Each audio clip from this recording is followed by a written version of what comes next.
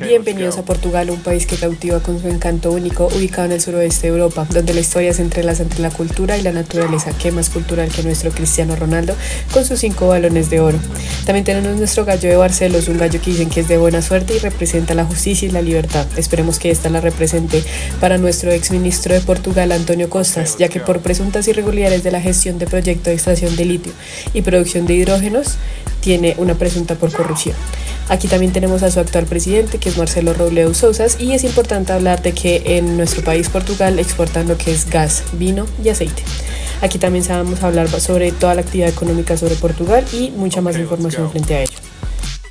Empecemos. Número de habitantes de Portugal, 10.467.366 habitantes.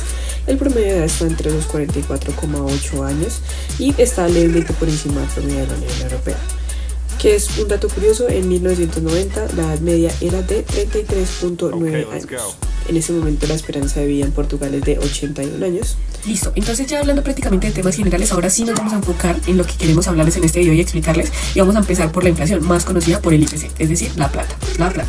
Que es importante aquí mencionar, recordemos que la inflación hace referencia a un aumento de los precios de bienes y servicios en un periodo de tiempo. Que es importante aquí recalcar en este video es que nos vamos a enfocar un poquito más en la historia, como para entender un poquito más por qué la inflación y por qué Portugal está funcionando como está funcionando al día de hoy. ¿Listo? Prácticamente todo empieza cuando terminó la Segunda Guerra Mundial, en donde recuerden que muchos fascismos no desaparecieron de Europa.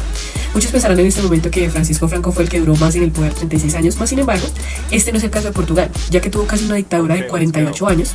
Digamos que aquí no nos vamos a enfocar mucho en este tema, pero sí nos vamos a enfocar en ciertos personajes, en este caso Antonio de Oliver Salazar. Este fue un economista, prácticamente él aportó un proyecto que se llama el Estado Novo.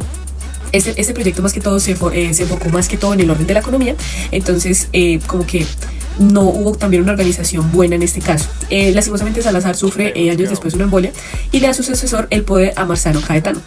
Prácticamente la dictadura después de 48 años cae por el mismo Ejército Nacional en abril de 1974, que es más reconocida como la Revolución de los Claveles.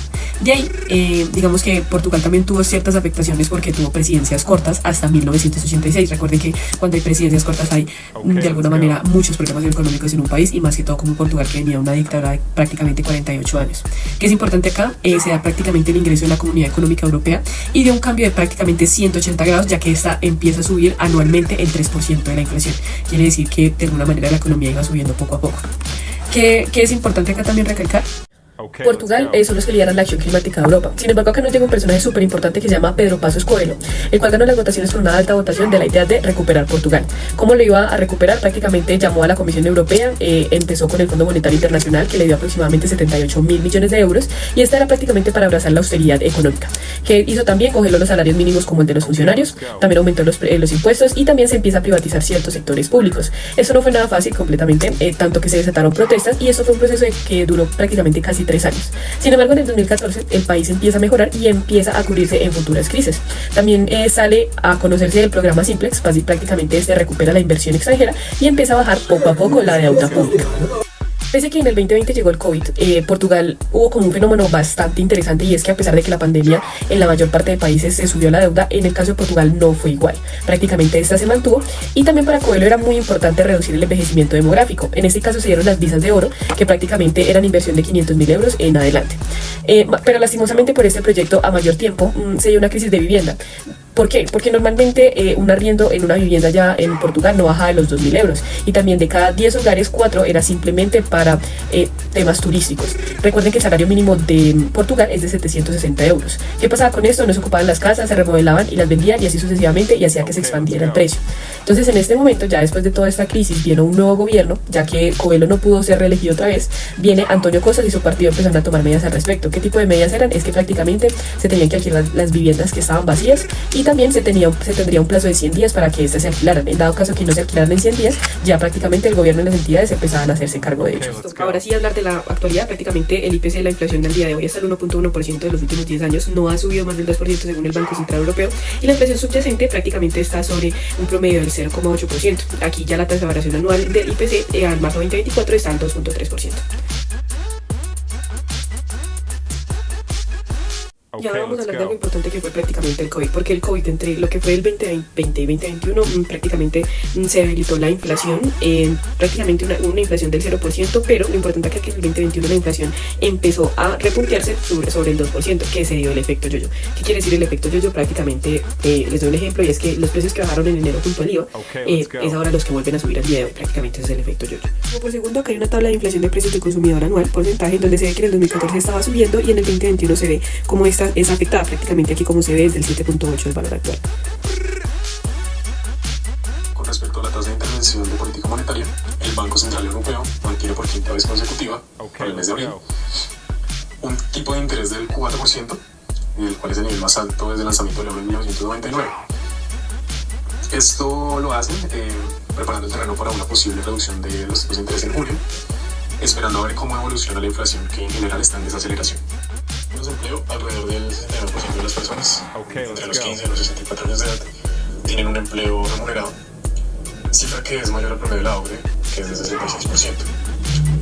En este sentido, cerca del 72% de los hombres tienen un empleo remunerado en comparación con el 67% de las mujeres. Además, el 6% de los empleados tienen un horario de trabajo remunerado muy largo, aunque esta es una cifra menor al promedio de la OCDE, que se ubica en el 10%. Y entre ellos, el 8% de los hombres trabajan con una remuneración muchas horas, en comparación con el 3% de las mujeres. En términos porcentuales, el sector de servicios representa el 70% del total de los empleos en Portugal, seguido por el sector de la agricultura y el sistema financiero de Portugal es considerado particularmente moderno e incluye una de las redes interbancarias más avanzadas del mundo a través de multibanco. Esta es una red que conecta más de 150 bancos, incluidos bancos minoristas nacionales privados, bancos públicos y cooperativos, bancos internacionales y bancos móviles. A pesar de la disminución del número de sucursales bancarias físicas en la última década, Portugal aún cuenta con unas 32 sucursales por cada 100.000 habitantes, lo cual es casi 3 veces la media mundial. Y aunque Portugal, como los demás países, aún enfrenta las consecuencias de la pandemia, se encuentra en una posición privilegiada, pues, por ejemplo, los indicadores de solvencia y liquidez superan los niveles promedio de la Unión Europea y los márgenes de intereses se han mantenido estables. Por otra parte, la banca digital está creciendo mucho. Un ejemplo de ello es el banco portugués MBWay, que es un sistema de pago móvil que permite a los usuarios hacer transferencias de dinero instantáneas, compras en línea y incluso retirar efectivo sin tarjeta. Let's go. Abrir una cuenta bancaria en Portugal suele ser sencillo, simplemente se necesita pues, un pasaporte, un documento de identidad, un certificado de domicilio y un número de portugués. En general es sencillo el procedimiento. Con respecto a las cargos y comisiones, la banca en Portugal tiende a ser un poco más cara que en otros países, ya que la mayoría de los bancos cobran una comisión mensual por el servicio. Y además se aplican cargos por servicios como los descubiertos y las tarjetas de crédito, así que es importante tener esto presente. Y finalmente, con respecto a las transferencias, son muy fáciles por dentro de la zona euro y pueden hacerse mediante transferencia. La tasa de cambio del euro frente al dólar estadounidense en la actualidad, un euro es igual a 1. Let's go. Y el comportamiento de la tasa de cambio frente al dólar en 2024 está en números bajos, ha bajado menos 1,43% de lo que llevamos del año. Esto significa y como lo podemos observar en la gráfica, ha habido una fluctuación muy fuerte. Let's go. Y encontramos el pico más alto el lunes 1 de enero de 2024, una evaluación del dólar del 1,10 en relación con el euro. El promedio ha sido de 1,08 dólares y el más bajo martes 16 de abril de 2024 con precio de 1,06. Para terminar, nos preguntamos, ¿pero cuál es el costo social de la recuperación económica?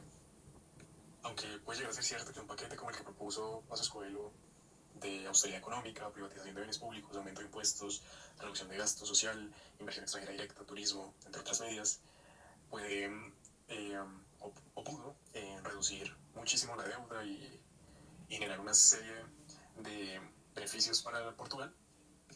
Hay también otro paquete de consecuencias que no se considera mucho y que se desprende de la liberalización del mercado inmobiliario, como la crisis de vivienda que estamos viendo en la actualidad, o por ejemplo la caída del consumo producto de esa serie de paquetes, de esa serie de medidas económicas en el paquete, que por supuesto tiene como efecto cadena la contracción del PIB, y luego entonces excesos en la oferta de bienes producidos y entonces deflación.